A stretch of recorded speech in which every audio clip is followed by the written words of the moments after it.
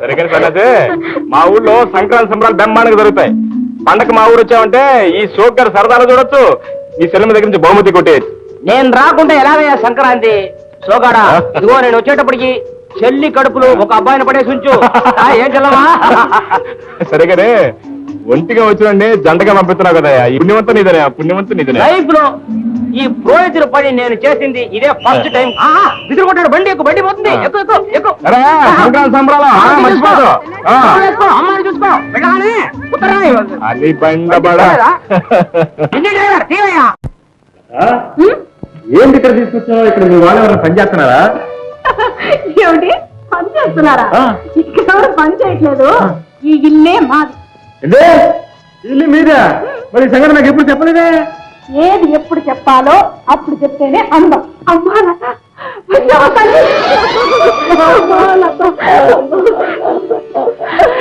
అమ్మాలత, ఈ దురదృష్టవంతురాలికి మళ్ళీ నువ్వు కనిపించవేమోనని అలాడిపోయానమ్మా. ఇన్నాళ్ళు ఎక్కడున్నావమ్మా? ఏమైపోయావు తల్లి?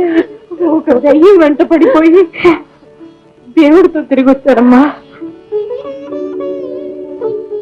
మీ అల్లుడు గారమ్మా. ఏమిటమ్మా, ఏమిటి నువ్వు అనేది? అవును, వీరిది మన మామిడిలంక. పేరు సోగ్గాడు శోభనాద్రి అంటారు అత్తయ్య. అనుకోకుండా హైదరాబాద్ లో దేవుడు వీరిని నాకు కలిపి నా దేవుణ్ణి చేశాడు. అంటే మీ ఇద్దరు పెళ్లి చేసుకున్నారమ్మా? అవునండి అత్తగారు, అసలు మా ఊరే తీసుకెళ్లి రంగరంగ వైభవంగా పెళ్లి చేసుకుందామని అనుకున్నాను. కానీ అనుకోకుండా అకస్మాత్తుగా హోటల్ గదిలోనే చేసుకోవాల్సి వచ్చింది. అయితే మీకు మళ్ళీ పెళ్లి చేయాల్సి ఉంటుంది. భయపడగలతా, నేను ఉన్నాగా. దండవాడే మరిగా వస్తారు. ఓహో, ఇప్పుడే వస్తారా? అమ్మా భయపడకమ్మా, తల్లినైనా నేను ఇవ్వలేని అంట. అనుకోకుండా భగవంతుడిచ్చాడు, నిన్నెవరూ బెదిరించలేరు. ధైర్యంగా ఉండమ్మా. డబ్బా డబ్బా నాకేమిటి డబ్బు? లత పేరు ఎత్తకుండా ఉండటానికి, దాని మీద నీ గాలి కూడా పోకుండా తిరగటానికి, అసలు మీ ఇద్దరికి వివాహం అయిందనే సంగతి మర్చిపోయి మర్యాదగా బ్రతకటానికి. నీకేమైనా పిచ్చి పట్టిందా? దేవుడి సాక్షిగా చేసుకున్న పెళ్ళాన్ని మర్చిపోమంటా అండయ్యా. లత నాకు కాబోయే భార్య గనక. ఏంటి? లత నాకు కాబోయే భార్య గనక మళ్ళీ ఆ కోత కూర్చామంటే పళ్ళు రాలకోతంటారు. ఈ అబ్బాయి సోగ్గాడు శోభనాథ్ అంటే నేలను నమ్ముకున్న రైతు, ఆని నమ్ముకునే మొగుడు కాదు. పట్టుకున్న నేలను బంగారంగాను, కట్టుకున్న పెళ్ళాన్ని ప్రాణంగాను చూసుకునే మగ. ఈ భూపతి కూడా పట్టిన పట్టు ఇచ్చేవాడు కాదు, ఎదురు తిరిగిన వాడిని ప్రాణాలతో బయటకు పోనిచ్చేవాడు కాదు. మర్యాదగా చెప్తున్నాను, లతను మర్చిపోయి వెళ్ళిపోయాను. మరిచిపోవడం కాదు కదా, అర్థం వచ్చిన వాళ్ళు చితకదాన్ని నా పెళ్ళాన్ని తీసుకెళ్తే జాగ్రత్త అనుకున్నాం.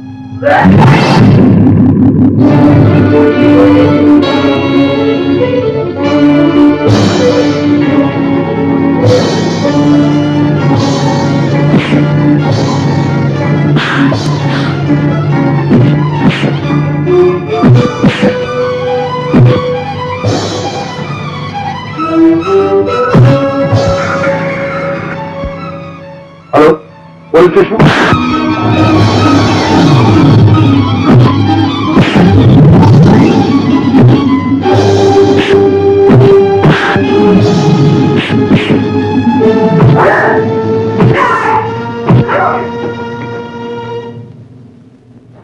ఇన్స్పెక్టర్, ఈ రాస్కల్ పట్టుకోవడమే మా ఇంటిని దోచుకోవాలని చూస్తాడు. జరిగింది చెప్పక అవకాశం చెప్తావే?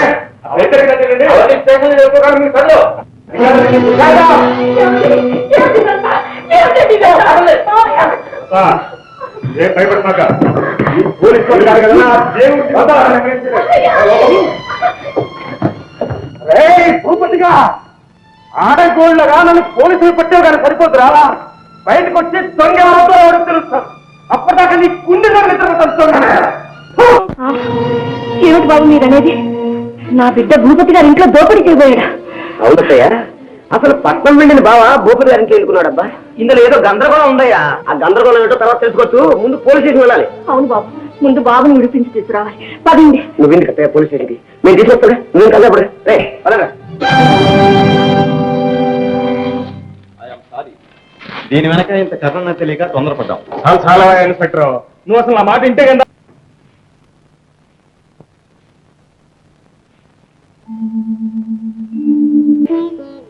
ఏంటమ్మా అట్ట చూస్తున్నావు?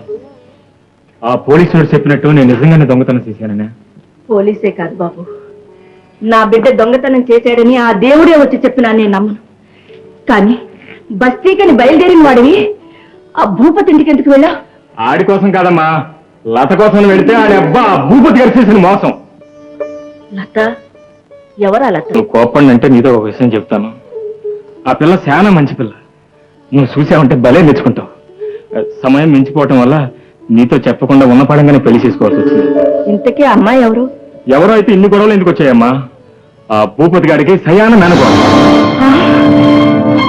భూపతి మేనగోడలా? వీల్లేదు, నువ్వు చేసుకోవడానికి వీల్లేదు. ఎందుకనమ్మా? ఎందుకన్నా? ఏ దుర్మార్గుడు పేరు వింటే నెత్తురు నిప్పులా మారుతుందో ఆ దుర్మార్గుడి ఇంటికి నువ్వు అల్లుడిగా వెళ్ళడానికి వీల్లేదు. అమ్మా, అవును బాబు, నిన్ను పెంచుకున్నట్టే ఆ భూపతి మీద పగను గుండెల్లో పెంచుకున్నాను. ఇప్పుడు ఆ పగను చంపుకోలేను. నా బిడ్డను ఆ ఇంటికి ఆహుతి చేయలేను బాబు, చేయలేను. ఏం జరిగిందో చెప్పమ్మా. ఏమి నీ గుండెల్లో పగ చెప్పమ్మా. నా నుదుట కుంకుమ రాలి మట్టిలో కలిసినప్పుడు నువ్వు చాలా చిన్నవాడివి. ఓహో రే బాబు, మీరు పెట్టుకో. చూడు, ఎడం చేతేపు నెద్దు దాపల, దాన్ని చో అనాలి. కుడి చేతేపు నెద్దు ఎలపల, దాన్ని హై అనాలి. ఏది అను?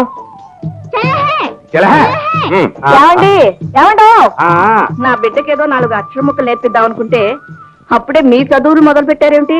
ఏ చదువులైనా మా చదువుల తర్వాతనే లక్ష్మి. రైతంటేనే రాజ్యం. ఇంకా నయం, రైతే రాజన్నారు కాదు. అనకపోయినా రాజేనే. ఇదిగో నేను ఒక మాట చెప్తాను, ఎంత చదువుకున్నాడైనా ఇంకొకరి దగ్గర బానిసడిగా పనిచేయాలి తప్ప ఇట్లా స్వతంత్రంగా మాట పడకుండా రాజాలాగా బతకలేడు. తెలుసా? ఏం పట్టుకొచ్చా? ఆవకాయ పచ్చడి.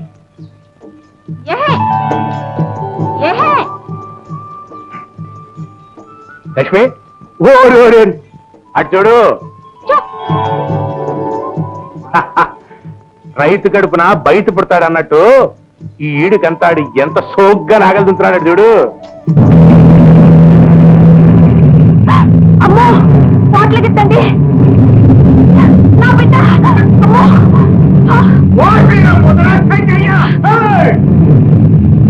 బాబు,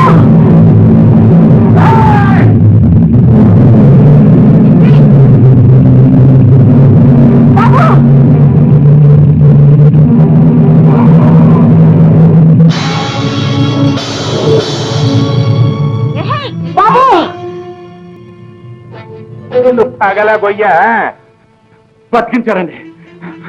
దీని చెగ్గొయ్యా, దీని వెనకాల పరిగెత్తలేక చచ్చాం. వదలండి.